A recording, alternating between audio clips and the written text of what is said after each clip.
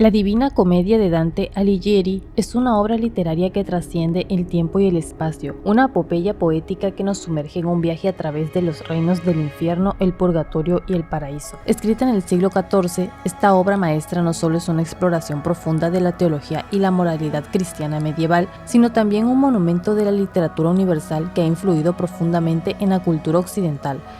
A través de sus versos vívidos y simbólicos, Dante nos guía a través de un viaje espiritual y emocional que revela tanto las penas del pecado como las glorias de la redención, ofreciendo una visión única del cosmos medieval y el alma humana en su búsqueda eterna de significado y salvación. La historia comienza el día antes del Viernes Santo en el año 1300. Dante Alighieri tiene 35 años y por ende se encuentra a mitad del camino de la vida. La mitad de la expectativa de vida de 70 años según la Biblia. El poeta se encuentra perdido en una selva oscura y es asaltado por 3 bestias, un león, un leopardo y una loba, a los que no puede evadir y es incapaz de encontrar la senda recta a la salvación. Estos animales son una alegoría de la soberbia, la lujuria y la codicia. 3 pecados capitales. Consciente de que él mismo se está haciendo daño y de que está cayendo en un profundo lugar donde el sol calla, Dante es finalmente rescatado por el poeta romano Virgilio. Los dos comienzan un viaje al mundo de ultratumba. Dante pasa a través de la puerta del infierno, que tiene una inscripción cuyo texto dice: «Es por mí que se va a la ciudad del llanto, es por mí que se va al dolor eterno y al lugar donde sufre la raza condenada. Yo fui creado por el poder divino, la suprema sabiduría y el primer amor, y no hubo nada que existiera antes que yo. Abandona la esperanza si entras aquí».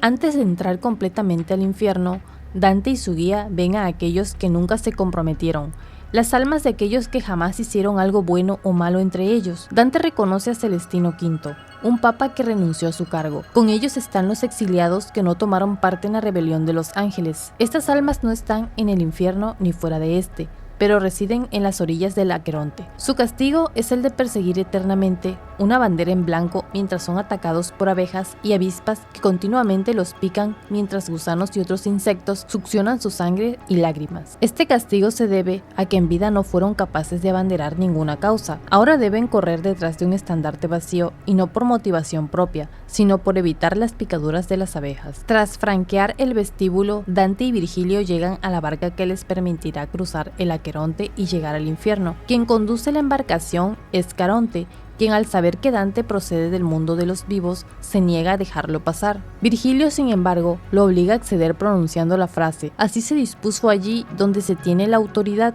indicando que el viaje de Dante es deseado por Dios. Las protestas y blasfemias de las almas condenadas llenan la atmósfera. Sin embargo, el poeta pierde el conocimiento y en su poema no se describe el cruce del río. A continuación, Virgilio guía a Dante por los 9 círculos del infierno, que son concéntricos, representando la progresión de la gravedad del pecado castigado. El primer círculo es el limbo. Ahí se encuentran los no bautizados y los paganos virtuosos, quienes pese a no ser pecadores no conocieron a Cristo. Estos pecadores no son efectivamente atormentados, pero aún así están condenados, ya que están separados de Dios, sin esperanza de reconciliarse con Él. El limbo comparte muchas características con los prados asfodelos griegos, un lugar neutral, ni bueno ni malo, donde esta gente estará eternamente siempre deseando a Dios, pero sin poder tenerlo nunca. El limbo incluye prados verdes y un castillo, el lugar donde están los hombres más sabios de la antigüedad, incluyendo al mismo Virgilio, así como filósofos islámicos como Averroes y Avicena. En este castillo, Dante conoce a los poetas Homero, Horacio, Ovidio y Lucano, a la reina amazona Pentesilea, al matemático Euclides y a los filósofos Sócrates, Platón y Aristóteles, y a muchos otros, entre ellos César en su rol de general de Roma. Curiosamente, Dante también se encuentra con Saladino en el limbo. Dante da a entender que todos los no cristianos virtuosos se encuentran en ese lugar. Después de este primer círculo, todos los condenados por pecados activos, es decir, que deliberadamente han pecado dañando a alguien, son juzgados por Minos, quien sentencia a cada alma y le asigna su lugar enrollando su cola sobre sí mismo tantas vueltas como círculos deben descender. En el segundo círculo del infierno se encuentran aquellos que han pecado de lujuria. Dante condena a estos malefactores carnales por dejar que sus apetitos sobrepasaran su razón. Ellos son los primeros en ser verdaderamente castigados en el infierno. Estas almas están condenadas a ser impelidas por un fuerte viento que las embiste contra el suelo y paredes, las agita y las hace chocar entre ellas sin descanso, de la misma forma que en vida se dejaron llevar por los vientos de la pasión. En este círculo Dante encuentra a Dido, Cleopatra, Helena, Aquiles, Paris, Tristán y muchos otros que no controlaron el amor sensual durante su vida. Francesca de Rimini le cuenta a Dante cómo ella y su cuñado Paolo cometieron adulterio y después murieron de manera violenta en el nombre del amor en las manos de su esposo. Francesca le cuenta a Dante que su acto de adulterio fue inspirado por la historia de Lanzarote y Ginebra. Sin embargo, ella cree que su esposo será castigado por fratricidio en Caina, en el 9º círculo, a lo cual Dante parece triste, ya que para él el amor es una fuerza muy pura y no entiende cómo puede ser algo tan maligno y trágico a la vez. Recobrando el sentido, el poeta se halla en el 3er círculo, donde se castiga a los condenados por el pecado de la gula, con la pena de ser batidos por una fortísima lluvia fría mezclada con grueso granizo y ensordecidos por los terribles ladridos de Cerbero, que además los desgarra con uñas y dientes. Aquellos cuya actitud hacia los bienes materiales se desvió de la media inadecuada son castigados en el 4º círculo. Aquí están condenados los avaros que acumularon posesiones y los pródigos que las derrocharon. Ambos grupos empujan grandes pesos a lo largo del círculo, pero cada uno en dirección opuesta. Cuando se encuentran chocan, se injurian. Unos reprochan: ¿por qué acaparas? Y otros responden: ¿por qué derrochas? A continuación, cada grupo da la vuelta para recorrer el círculo en sentido contrario hasta chocar de nuevo con el otro. En el 5º círculo, las almas de los iracundos están encenagadas en la espantosa y pantanosa laguna Estigia. Rabiosas se golpean entre ellas y se despedazan a mordiscos mientras se ahogan en sus infectadas aguas. Bajo el agua y hundidos en el lodo están las almas de los asidiosos. De mala gana, Flegias transporta en su barco a Dante y a Virgilio a través de la laguna Estigia. En el camino, un condenado les habla, Filippo Argenti, de una prominente familia, que en vida atropellaba con su carroza jalada por caballos a todo aquel que se le cruzara en su camino. Ofendido, tras ver la reacción de Dante al verlo, Filippo intenta sumergir a Dante dentro de las aguas de Estigia, pero Virgilio rápidamente lo empuja, devolviéndolo a las infectadas aguas y golpeándose a sí mismo como rabieta ante su fracaso. Cuando Dante responde: con el llorar y con el luto quédate, espíritu maldito, Virgilio lo besa. Literalmente, esto muestra el hecho de que las almas en el infierno están eternamente fijadas en el estado que eligieron, pero alegóricamente refleja cómo Dante se contagia del pecado de la ira. Las partes más bajas del infierno se encuentran dentro de los confines de la ciudad de Dite, que a su vez está rodeada por la laguna. Los castigados dentro de la ciudad son pecadores activos. Los muros de Dite están custodiados por ángeles caídos. Virgilio no logra convencerlos de que lo dejen pasar con Dante, y las Erinias y Medusa amenazan a Dante. Un ángel mandado del cielo los deja entrar, abriendo la puerta al ser tocada con una vara. En el 6º círculo, los epicúreos, quienes negaron en vida la inmortalidad del alma, están condenados a yacer en flamígeros sepulcros destapados. Dante habla con un epicúreo florentino, Farinata, un gibelino, y Cavalcante di Cavalcanti, un güelfo y padre de Guido Cavalcanti, amigo de Dante y poeta.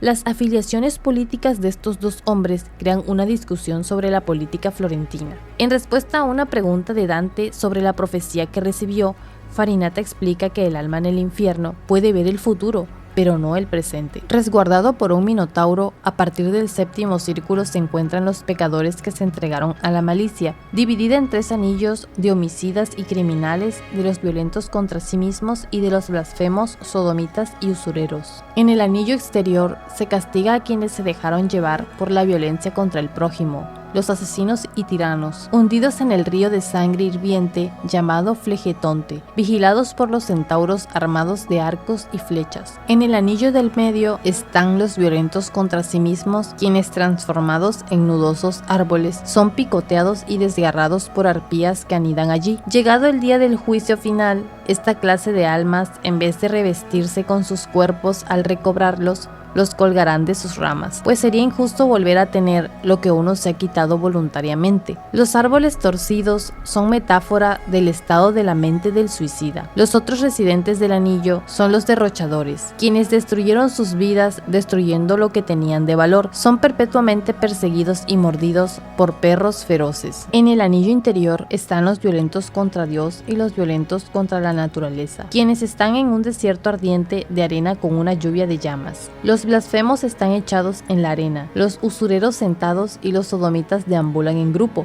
Dante conversa con dos florentinos sodomitas de diferentes grupos. Uno de ellos es el mentor de Dante, Brunetto Latini. Dante está muy sorprendido y tocado por el encuentro y muestra gran respeto por su maestro. Esto refuta la idea de que Dante solo pone a sus enemigos en el infierno. En los últimos círculos del infierno se castigan los pecados relacionados con el fraude consciente o traición. A estos círculos solo pueden llegar descendiendo un gran acantilado, que Dante y Virgilio hacen en espalda de Gerión, un monstruo alado tradicionalmente representado con 3 cabezas o con 3 cuerpos unidos, pero descrito por Dante con 3 distintas naturalezas, humana, bestial y reptil. Gerión es la imagen del fraude, con la cara que parece de un hombre honesto, su cuerpo hermosamente coloreado, pero con una punta venenosa en la cola. Los fraudulentos de forma deliberada, a sabiendas del mal que causan, están en el 8º círculo, en un lugar llamado Malas Fosas, dividido en 10 bolgias, unidas por puentes. En el primer recinto se castiga a los seductores, azotados por demonios cornudos provistos de látigos. En el segundo recinto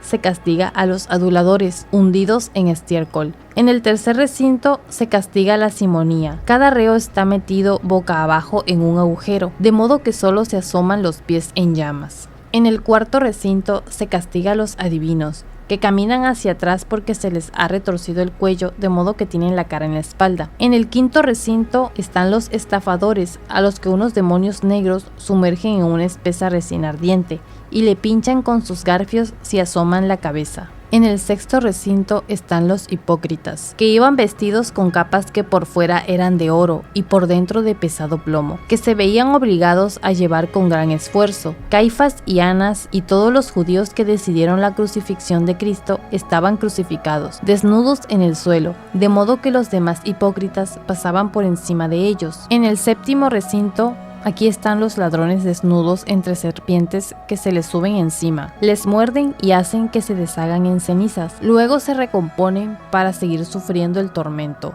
El 8º recinto es un foso en llamas, donde se castiga a los que sembraron discordia. En el 9º recinto, unos demonios desgarran en ella a los sembradores de escándalo y cisma, entre los que se encuentran Mahoma y Alí. Y en el 10º recinto, los falsificadores caminan aquejados de distintas enfermedades.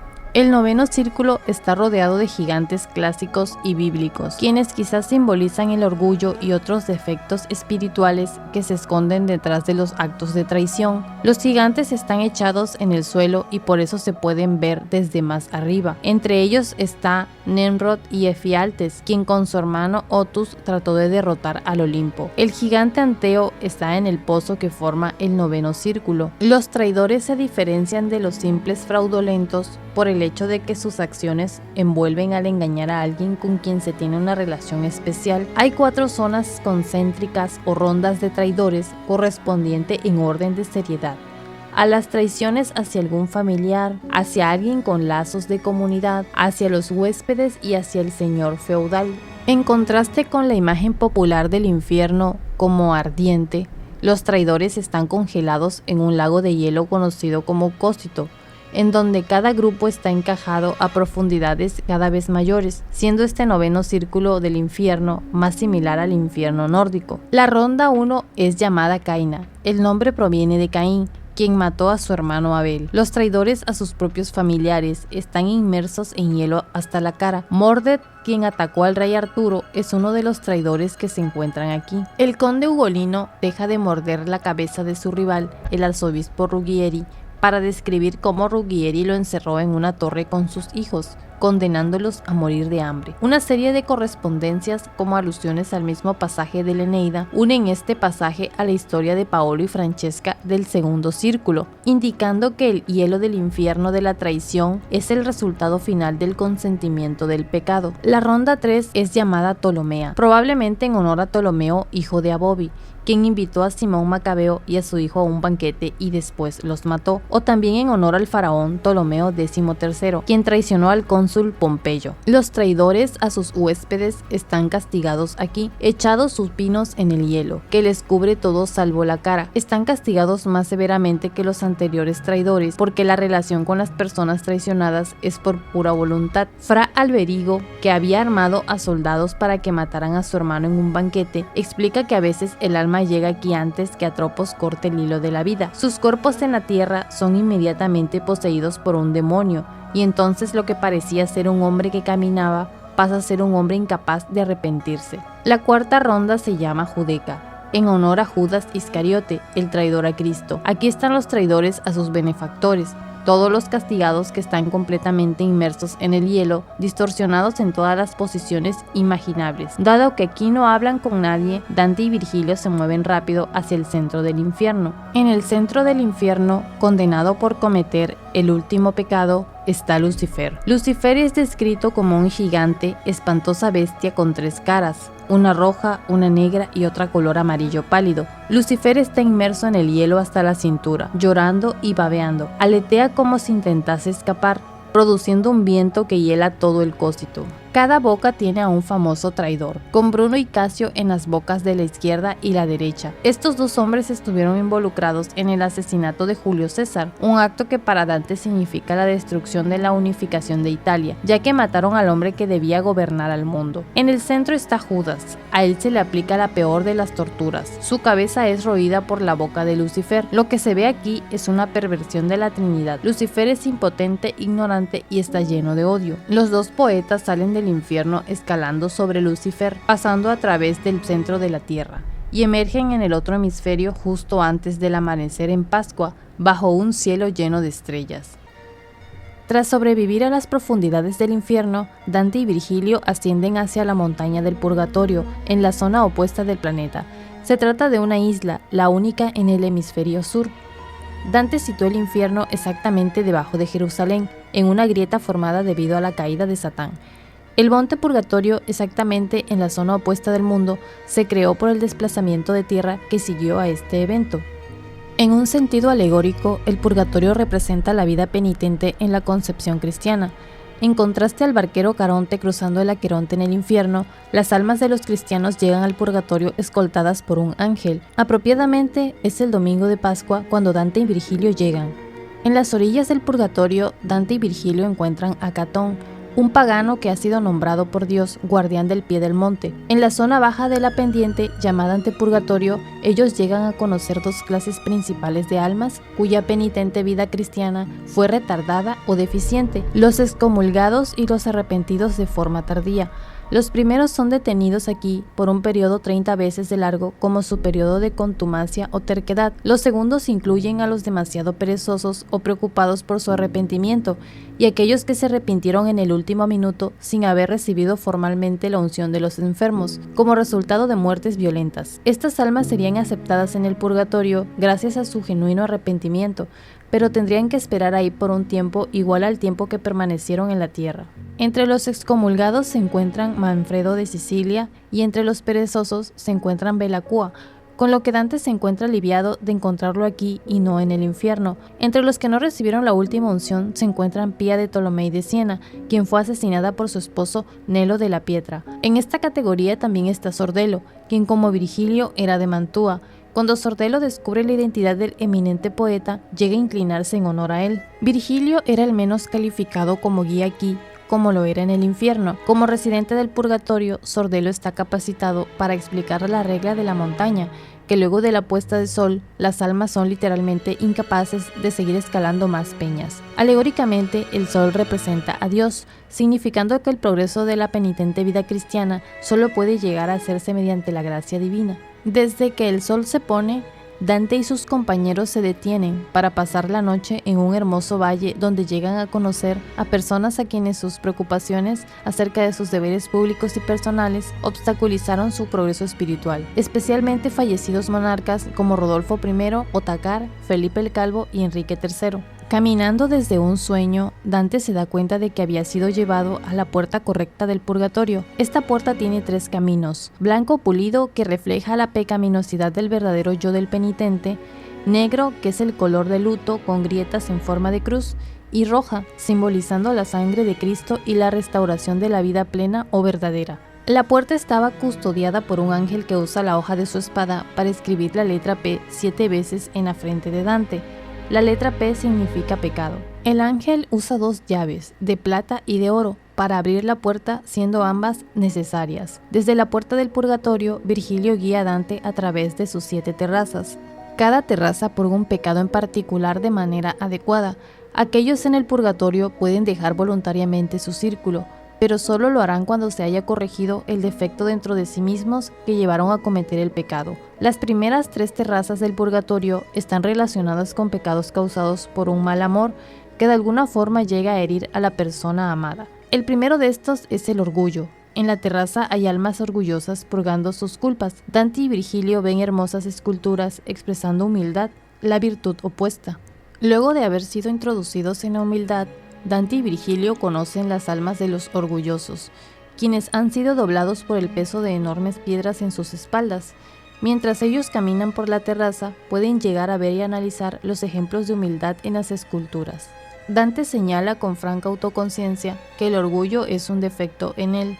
Yo sufro mucho más la pena debajo, mi alma ansiosa está en suspenso. Preparada siento el gran peso de la primera terraza. Luego de la conversación con el orgulloso, Dante ve algunas esculturas mucho más alejadas. Estas ilustraban el orgullo mismo. Estas mostraban a Satanás, la Torre de Babel, el rey Saúl, a Aracné, el rey Roboam y otros. Luego los poetas ascienden a la siguiente terraza. Un ángel cepilla con sus alas la frente de Dante, borrando la letra P, correspondiente al pecado del orgullo, y Dante oye la beatitud. La segunda terraza pertenece a la envidia. La envidia era el pecado que mira con deseo y repudio la fortuna y riquezas de otros, tomando cualquier oportunidad para quitarles o privarles de su felicidad. Al entrar a la terraza de los envidiosos, Dante y Virgilio en un primer momento oyen voces contando historias acerca de la generosidad, la virtud opuesta. Aquí, tal como en las otras terrazas, hay un episodio de la vida de la Virgen María. Las almas de los envidiosos vestían túnicas grises de penitencia y tenían sus ojos cosidos con alambre de hierro, recordando la forma en cómo los cetreros cosían a los ojos de sus halcones para lograr entrenarlos. Así se les hacía más necesario poder oír que poder ver. Las voces en el aire también incluyen ejemplos de envidia. Uno clásico es el de Aglauros, quien según Ovidio fue convertido en piedra porque estaba celosa del amor de Hermes por su hermana mayor Erce. A medida que va saliendo de la terraza, la deslumbrante luz emitida por el ángel de la terraza hace que Dante revele un poco de su conocimiento científico, pues observa que el ángulo de incidencia de la luz es igual al ángulo de reflexión, tal como la teoría y los experimentos habían demostrado. La tercera terraza pertenece a los iracundos. Ejemplos de mansedumbre, la virtud opuesta, son mostrados a Dante como visiones en su mente. Las almas de los iracundos caminaban en fumarolas de acre. Esto simboliza el cegador efecto del enojo. Virgilio explica a Dante la organización del purgatorio y su relación con el amor pervertido, deficiente o mal dirigido. Las terrazas que habían recorrido hasta el momento habían borrado la soberbia, la envidia y la ira, todos ellos amores mal direccionados. En la cuarta terraza se podrían encontrar las almas de aquellos que pecaron por descuido, lo que sería la pereza. Desde el momento en vida en que se falla al buscar el amor, aquí son condenados a incesantes trabajos. Los ejemplos de entusiasmo o energía, las virtudes opuestas, son aclamados por las almas que recorren la terraza. Estos ejemplos incluyen episodios de la Virgen María, Julio César y Eneas. Esta actividad además reemplaza las oraciones verbales de esta terraza. Estos perezosos están demasiado ocupados siquiera para conversar durante sus trabajos. Por ello, esta es una de las secciones más cortas del poema. Al caer la segunda noche, con los poetas aún en la terraza, Dante sueña con una sirena, símbolo del amor desordenado o excesivo, representado por la avaricia, la gula y la lujuria. En las 3 últimas terrazas se encuentran los que pecaron por amar buenas cosas, pero amándolas excesivamente o desordenadamente. En la 5ª terraza, la excesiva preocupación por los bienes terrenales, ya sea codiciosamente o extravagantemente, es castigada y purificada, y los avaros y los adinerados yacen boca abajo al suelo sin posibilidad de moverse. En esta terraza, Hugo el Grande se lamenta en contraste cómo la avaricia había motivado las acciones de sus sucesores y profetiza eventos que sucederían luego de la época en la que se ubica el poema. Entre estos eventos se incluyen cómo Carlos II de Nápoles dio a su hija en matrimonio a un anciano de mala fama y cómo Felipe IV de Francia arrestó al Papa Bonifacio VIII en el año 1303. Dante también comenta acerca de la destrucción de la Orden de los Templarios por deseos de Felipe en el año 1307, lo que liberó a Felipe de las deudas que tenía con la orden. En una escena que Dante relaciona con el episodio en el que Jesús se aparece a sus 2 discípulos en el camino hacia Emaús, Dante y Virgilio son alcanzados por el poeta Estacio, a quien Dante presenta, aunque no en bases obvias o entendibles, como un convertido al cristianismo. Acababa de finalizar su purificación en aquel círculo, y como cristiano, su guía sería apta para complementar la de Virgilio. La 6ª terraza purifica a los glotones, y en general a todos aquellos que a pesar de estar satisfechos, insistían al comer, beber y saciar su cuerpo. En una evocadora escena del castigo de Tántalo, los glotones mueren de hambre ante árboles llenos de frutos que nunca estarán a su alcance. En este círculo, los ejemplos son dados por voces que se escuchan entre los árboles. Juan el Bautista, quien solamente vivía de langostas y miel, es un ejemplo de las virtudes opuestas, templanza o moderación, mientras que un ejemplo clásico de gula es cuando los centauros ebrios se enfrentaban a los lapitas. Subiendo a la 7ª terraza, Dante se pregunta cómo es posible para almas incorpóreas tener el aspecto descarnado de las almas siendo privadas de comida aquí. En explicación, Estacio habla de la naturaleza del alma y su relación al cuerpo. La terraza de la lujuria tiene una inmensa pared de llamas a través del cual todos deben pasar. Almas arrepintiéndose del deseo mal dirigido sexual se ejecutan a través de las llamas gritando ejemplos de lujuria, Sodoma y Gomorra y Pasífae, y de la castidad y de la fidelidad marital. Entre las flamas a las que no se atreve a entrar están los poetas románticos Guido Guinizelli y Arnaud Daniel, con quienes Dante conversa. Le recuerdan a Dante que a Beatriz puede encontrarla al otro lado del paraíso terrenal. Finalmente, Virgilio persuade a Dante para que pase entre las llamas. En los escalones del paraíso terrenal, la noche cae por 3ª vez y Dante sueña con Lea y Raquel, quienes simbolizan la vida cristiana activa y no monástica, y también la vida cristiana de contemplación, ambas importantes. En la cima del monte Purgatorio se encuentra el paraíso terrenal o el jardín del Edén. Alegóricamente representa la inocencia que existía antes de que Adán y Eva perdieran la gracia de Dios. Aquí Dante conoce a Matilda, una mujer cuya identidad literal y alegórica es seguramente el problema más tentador de la comedia. De todas maneras, Matilda prepara a Dante para su encuentro con Beatriz, la mujer a la que históricamente Dante dedicó sus anteriores poesías. La mujer a cuyo pedido en la historia Virgilio fue ordenado traer a Dante en su viaje, y la mujer que alegóricamente simboliza el camino a Dios. La apariencia de Beatriz y una dramática escena de reconciliación entre Beatriz y Dante, en la que ella reprocha su pecado, ayuda a cubrir la desaparición de Virgilio, que como símbolo de la filosofía y humanidad no cristiana no puede ayudarle más en su acercamiento a Dios. De esta forma, Beatriz se convierte en la guía de Dante. Dante pasa por el río Lete, que le borra la memoria de sus anteriores pecados, y ve una alegoría de la historia bíblica y de la Iglesia, en la que el carruaje representa a la Iglesia. Esta alegoría incluye una denuncia de los papados corruptos y sus vínculos con la monarquía francesa. Finalmente, Dante bebe del río Eunoe, recuperando la memoria y preparándose para su ascenso al paraíso.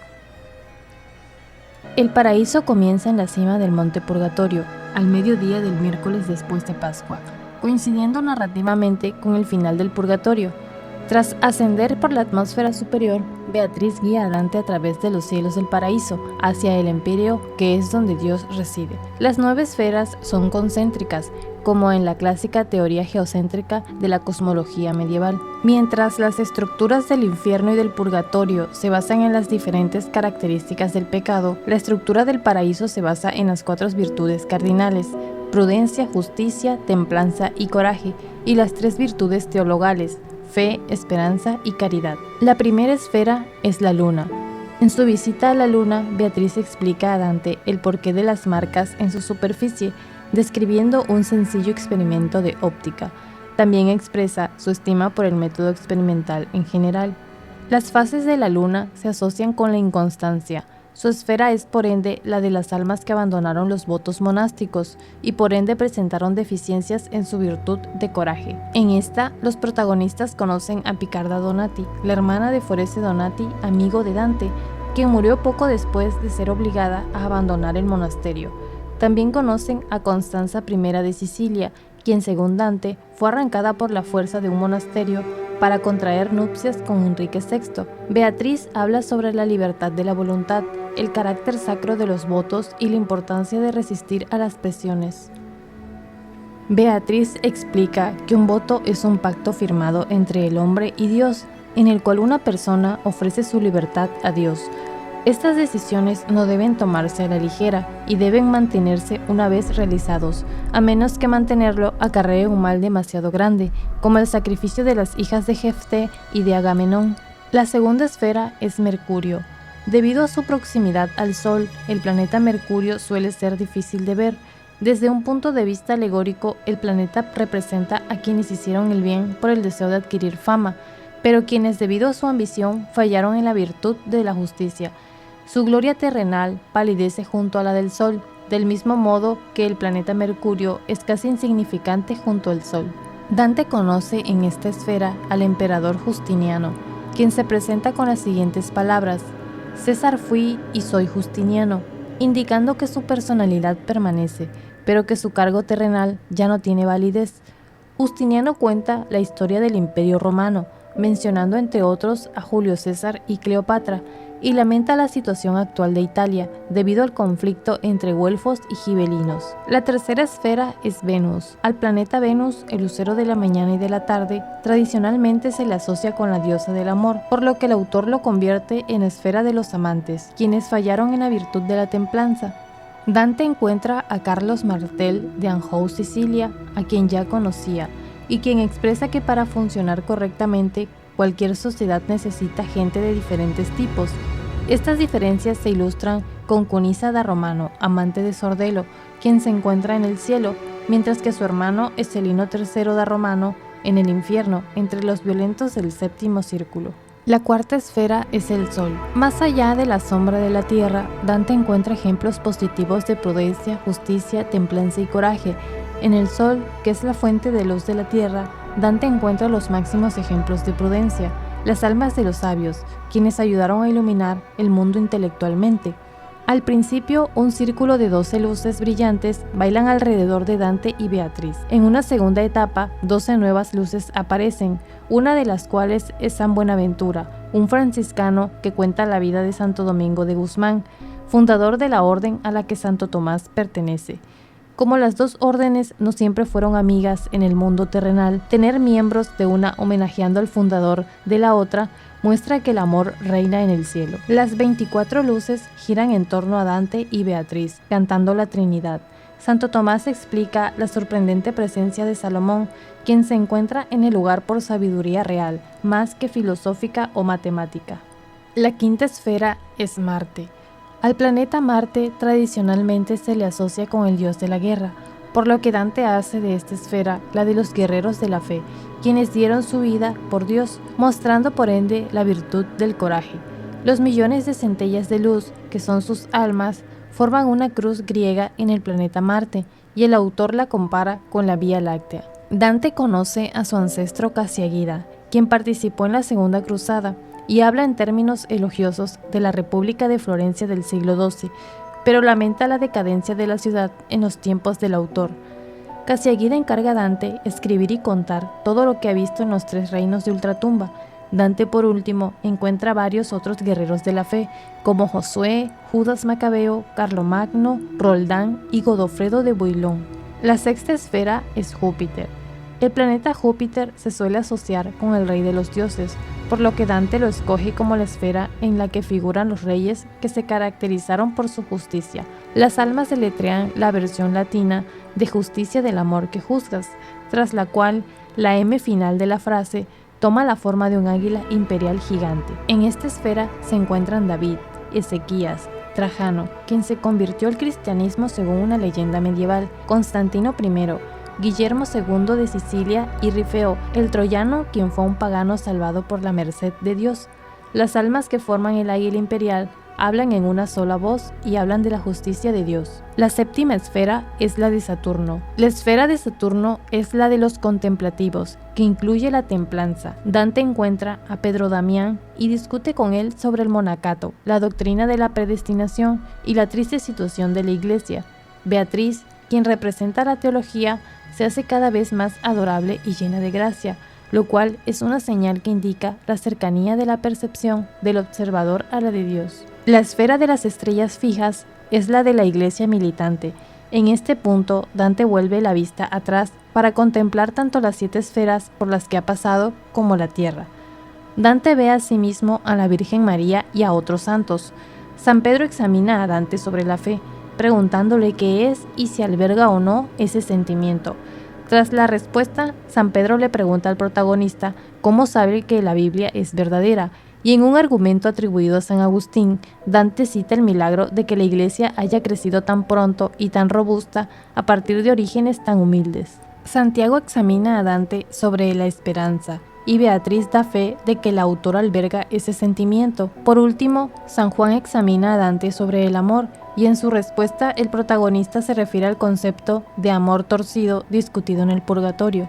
La siguiente es la novena esfera. El primer móvil es la mayor esfera del universo físico. Dios la mueve directamente, haciendo que por reacción a su vez se muevan todas las otras esferas que alberga. El primer móvil es la morada de los ángeles, y allí ve Dante a Dios como un intenso punto de luz rodeado de 9 anillos de ángeles. Beatriz explica la creación del universo y el papel de los ángeles, terminando con una severa crítica a los predicadores de entonces. Desde el primer móvil, Dante asciende a una región que está más allá de la existencia física, el Empirio, que es la morada de Dios. Beatriz, que representa la teología, se hace en este lugar más bella que nunca, y Dante se ve envuelto por la luz, de modo que es capaz de ver a Dios. Dante ve una rosa enorme que simboliza el amor divino, cuyos pétalos son las almas entronizadas de los fieles, tanto los del Antiguo Testamento como los del Nuevo. Todas las almas que ha conocido en el paraíso, incluyendo a Beatriz, tienen su morada en esta rosa. A su alrededor hay ángeles volando como abejas, distribuyendo paz y amor. Cuando Beatriz pasa a ocupar su lugar en la rosa, Dante ya se encuentra más allá de la teología, y a su vez puede contemplar directamente a Dios y San Bernardo. Este será su guía en esta última etapa. San Bernardo continúa explicando la predestinación y reza a María a favor de Dante. Por último, el protagonista entra en contacto directo con Dios, quien aparece como 3 círculos idénticos, que ocupan el mismo espacio, los cuales representan al Padre, el Hijo y el Espíritu Santo. Dentro de estos círculos, el protagonista discierne la forma humana de Cristo. La Divina Comedia termina con el poeta tratando de entender cómo los círculos logran encajar y cómo la humanidad de Cristo se refiere a la divinidad del Sol. No obstante, como Dante lo señala, para continuar no bastaban las propias alas. Tras un rayo de comprensión que el poeta no puede explicar, Dante entiende y su alma entra en total armonía con el amor divino. Este viaje a través del paraíso no solo nos ha llevado a comprender la estructura del universo según la visión medieval, sino que también nos ha invitado a reflexionar sobre la naturaleza de la fe, la justicia y la eternidad. Gracias por acompañarme en esta travesía espiritual. Espero que la experiencia haya sido tan enriquecedora para ti como lo ha sido para mí compartirla. La Divina Comedia, en toda su magnitud, nos recuerda la profundidad de la búsqueda del conocimiento y la eterna aspiración hacia lo divino.